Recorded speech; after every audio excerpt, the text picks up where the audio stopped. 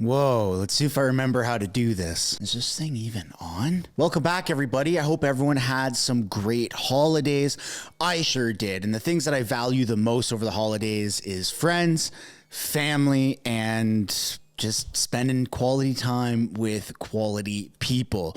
We've got quite a bit to cover today. A lot of it revolves around Pierre Poilievre. And of course, a lot of it is about, or pretty much everything is about Justin Trudeau and the reasons why I think he's going to be resigning in 2024. But before we get into it, I want to encourage everybody to smash that like button, subscribe if you haven't yet already, and of course, we're going to have a message from today's sponsor.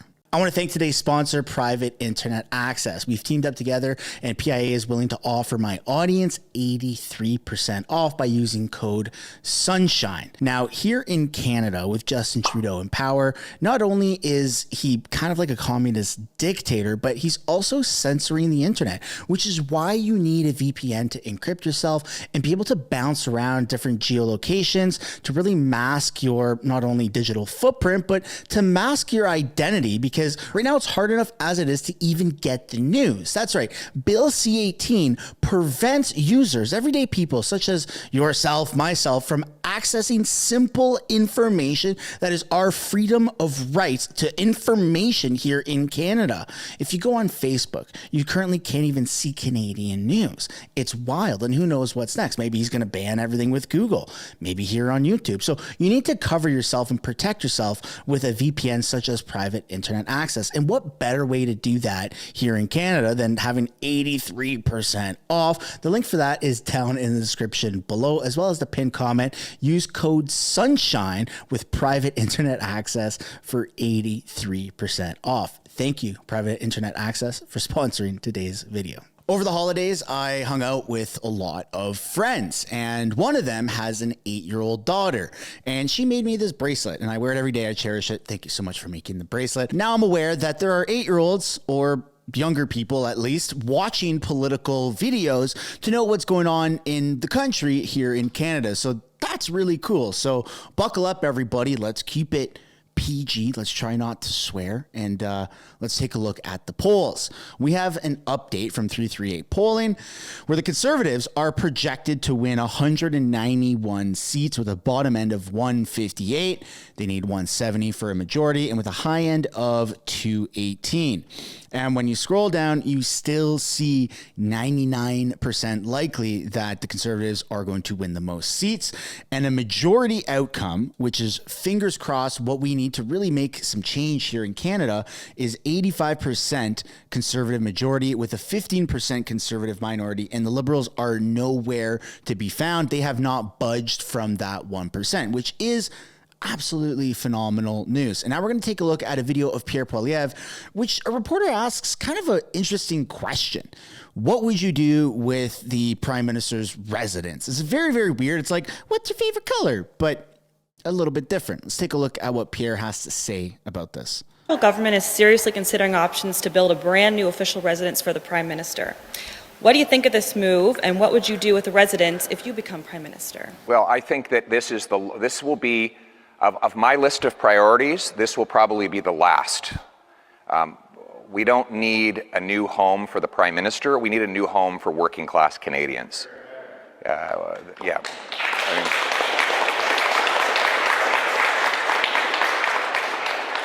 Prime Minister has had one mansion where his food is cooked, another mansion where he lives, a third mansion on a lake, and that wasn't enough for him, so he built a second lakefront mansion with our money at Harrington Lake. He's been so focused on building mansions for himself that he's forgotten to get homes built for hardworking Canadians. My focus is on housing Canadians, not housing the Prime Minister. This is one of the core differences between Pierre Poilievre and Justin Trudeau, and just any politician, as a matter of fact. A politician's job is not to keep their job. It's to serve the people. They're public servants. And everything that Pierre Poilievre has been saying so far is very much to serve us Canadians. Make food more affordable. Make gas prices more affordable. axe this ridiculous carbon tax, which apparently the Liberals think a tax is going to be something that is going to fix the weather. It's absolutely ludicrous. And above and beyond that, Pierre Poilievre and the Conservatives understand how ridiculously expensive it is to afford a home here in Canada. The most ridiculous it's ever been. I understand back in the 80s, mortgage rates were like 14, 18%. I get it. But it also, you could trade a sheep for a house and there you go. And it's just a lot different now. The price of homes mixed with the mortgage rates and the stress test and our wages and the cost of living in every other factor is just what makes life so unaffordable here in Canada. That's why Pierre Poilievre is getting the attention of so many people. Now let's take a look at another video from Pierre's YouTube channel talking about technology and not taxes.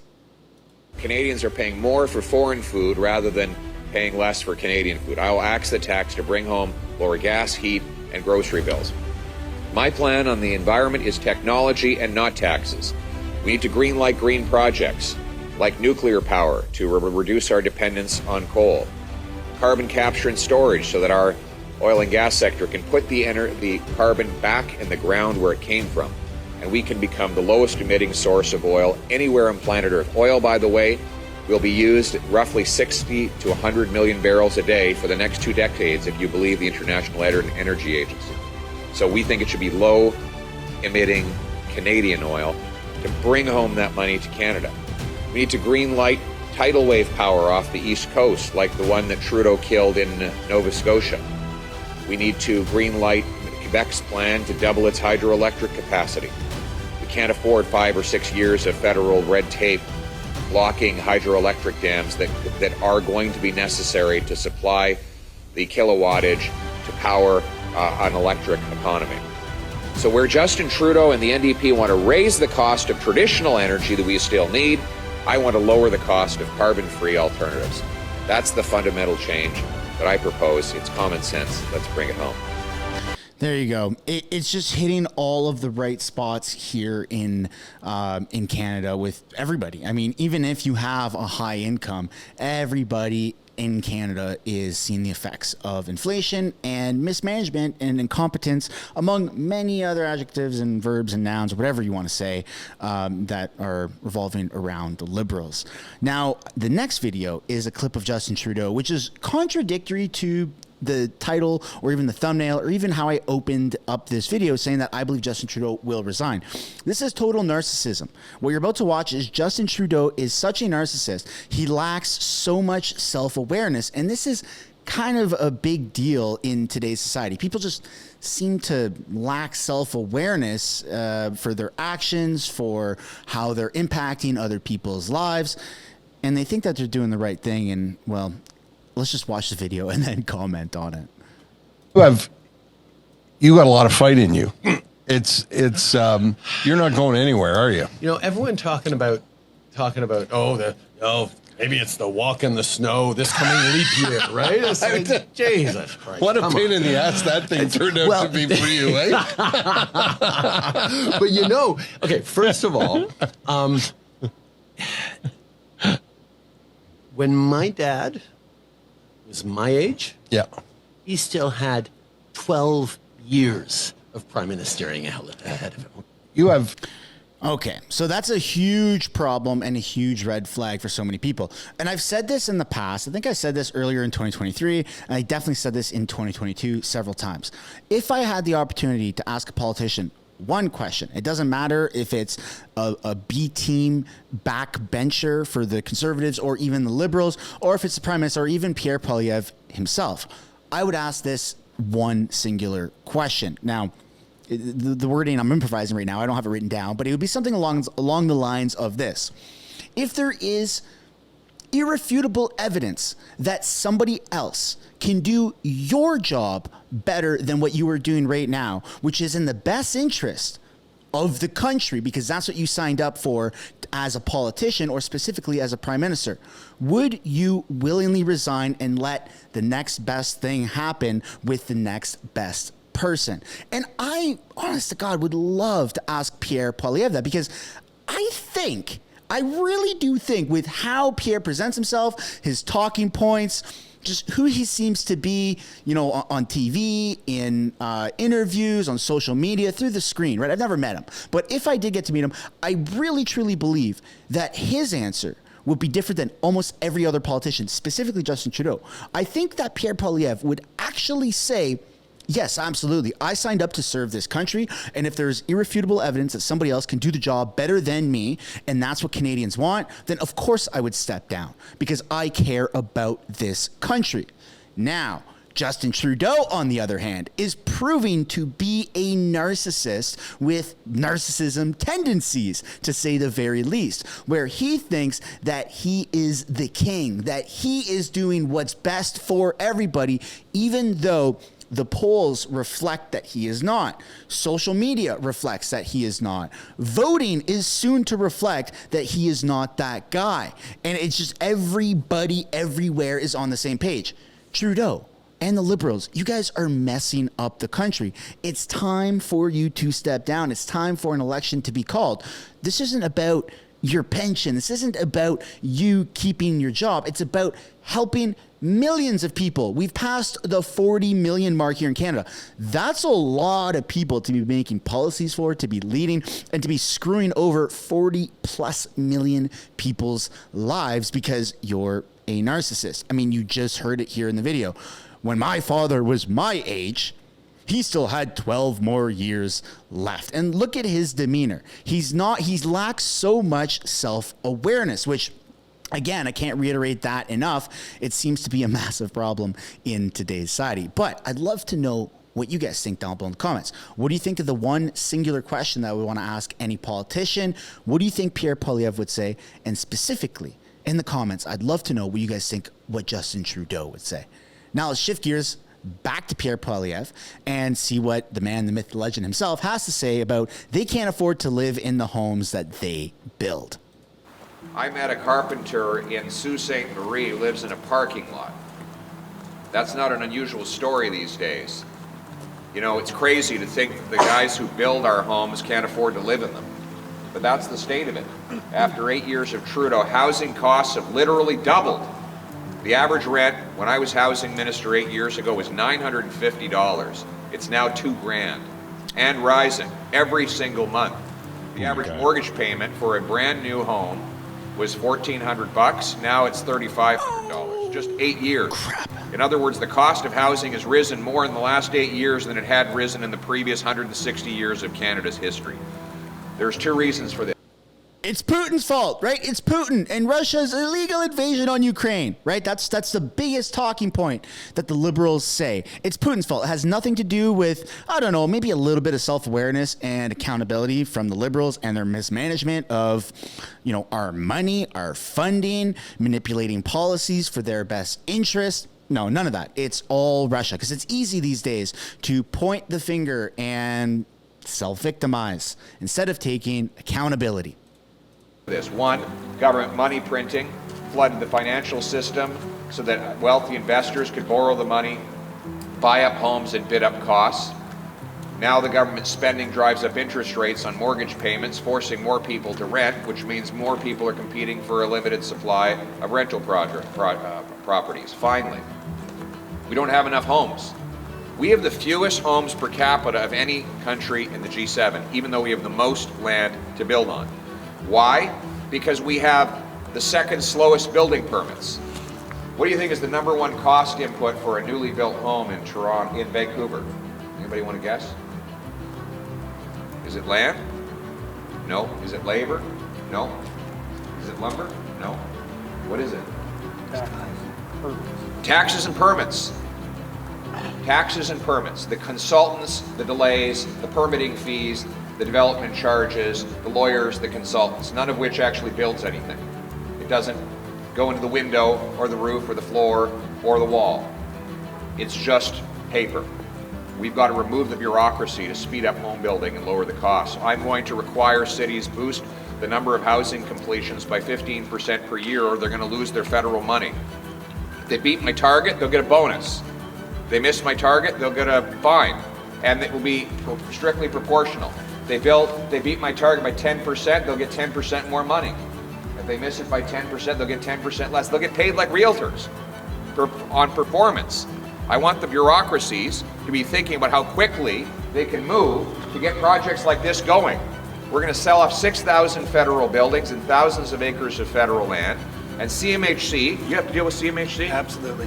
And they take forever to approve project financing, don't they? Certainly, these days, they certainly do. How long? Raj, how long for Ballpark. average? 5-6 months. 5-6 5, months? 6 months. Oh, They're supposed my to have it done in goodness. 60 days to approve these projects. So I'm passing a law that says either they approve these projects in 60 days or the executives will have their pay cut in half. And if they don't get down to the 60-day target within a year, the entire executive's getting fired. I'm going to pass a law called the Welcome to the Real World Act. Because in the real world, if you're a carpenter or a plumber or an electrician and you don't do your job, you get fired. But in the government, you get a bonus when you screw things up. That's not going to happen anymore. We're going to be firing incompetent government executives and holding them to accountability. Because when they block these projects, people go... There's that word, accountability. I want us to have the fastest building permits in the world here in Canada, and we're going to clear the way to do it. That's going to mean that you're going to have affordable homes, and you're going to be building those homes. Bigger paychecks, building homes, more affordable homes for you to live in. This is why Pierre is in the position that he's in. I mean, he is just crushing it right now, not only on social media, but in mainstream media. And it's really hard to debate these points. And there's a lot of skepticism. Don't get me wrong. I'm falling into that romanticization of that looks to be the guy. That looks to be the person that can fix pretty much all of our big ticket problems here in Canada. And is that a facade? Is it fake? Is it just another politician, reeling us in with, fancy words and charismatic behavior? I don't know. I wish I had that answer. I wish I could say Pierre is the guy or he isn't the guy or it's fake or it's real. I don't know. But my personal opinion, based off of everything I've seen, the consistency, the passion, the selflessness that Pierre just emits from talking, from his own videos, from the House of Commons, from everything, is that he's the guy. He's the guy, and the Conservatives are on the right track. And that's pretty much all we can ask for right now. Will he deliver? Time will tell. But I'm pretty certain that most of us watching this channel, at the very least, are willing to bet on, yeah, let's change things up. What's the worst that could happen? There is no way that Pierre Poilievre could be worse than Justin Trudeau. And that is a step in the right direction. Now, is he leaps and bounds ahead of him? I think so. I think all the evidence is proving that. Now, we're going to summarize this whole video with a clip of Doug Ford, who summarizes Justin Trudeau. It's pretty funny. Comes down to Justin Trudeau, number one, in my opinion. He's totally incompetent to be prime minister. You put his resume up against the prime minister's, you go to any company in the world, Justin Trudeau couldn't even be the floor sweeper, not to mention the prime minister. You have to be kidding. Food prices going up and the gas prices going up and how they can't afford homes. And another message to the Bank of Canada, enough is enough. You're trying to kill the economy. You personally are responsible for creating inflation. Companies do not want to invest into new equipment because of the interest rates. A lot of builders and people can't afford to get a mortgage because they're struggling. They're going to be losing their homes. The flip is script. The script has flipped. Oh boy, it's been a while since I made one of these videos. The flipped has script. There I go again. The script has flipped. Oh my goodness, why is that so hard to say? The script has flipped, and everybody is pretty much on board with rejecting Justin Trudeau publicly, and it's going to be incredible. And I do believe that the House of Commons resumes sometime in January, so I want everybody to stay tuned because things will pick up. It's been the holidays. Things have kind of gone a little bit radio silent, but not to worry because we're on it, and we're gonna be here every step of the way to shine a massive negative spotlight on Justin Trudeau. And it really doesn't take that much effort to do that because every time Justin Trudeau appears anywhere in the public, he seems to do that himself. Thank you so much for watching, everybody. I want to encourage everyone before they take off to smash that like button, subscribe if you haven't yet already, and I hope you consider turning post notifications on so you can actually be notified of upcoming videos. I'll see you all in the next one. Bye for now.